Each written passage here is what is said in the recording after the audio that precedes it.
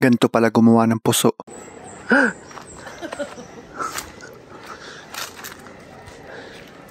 Pwede na?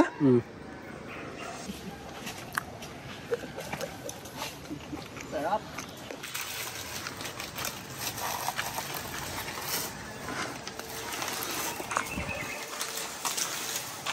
Galing ah.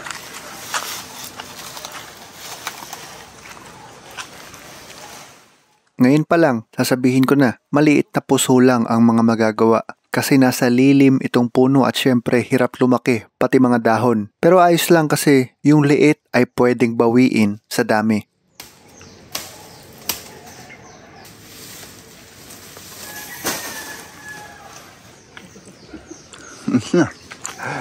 Ayos!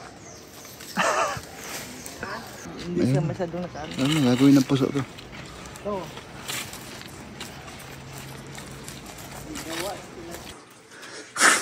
Oh, yeah, pwede na ito.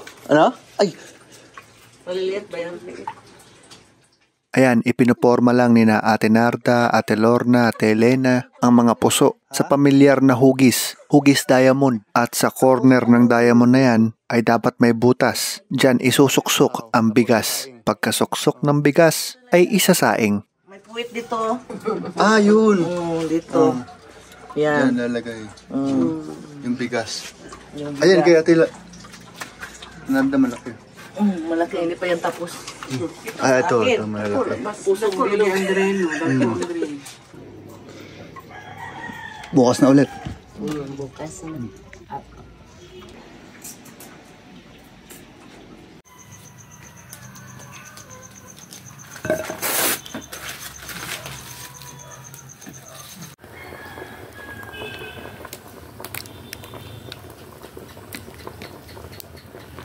Saing ay video mga kaibigan. Para sa mga islang malapit, binabarko lang namin. Jill Kaiser.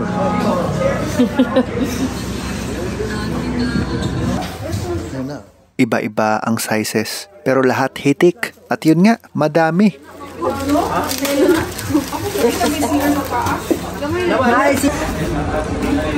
Wala ikot kinana.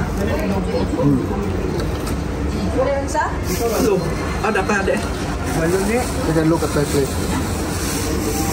Do it on your own na lang. Ini adult. Teka pa, dugo din ha.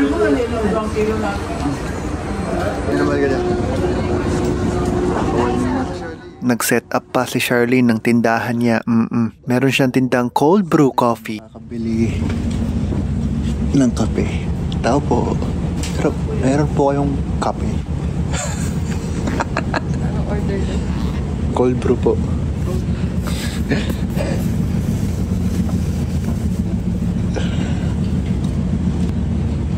Medium or large? Small. Small. Gamay lang? Oh.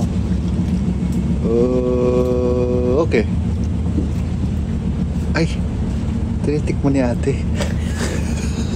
May love ang Cold brew. gusto mo ma-ice? Kakaibang tindera to. Tumitikim muna. Okay, tindera. Nagko-quality control sa harap ko. Okay. Fruity. Thank you po. 100. That's it. Sana na-enjoy ninyo ang puso. Nasa Bohol series na kami. Bohol videos are coming.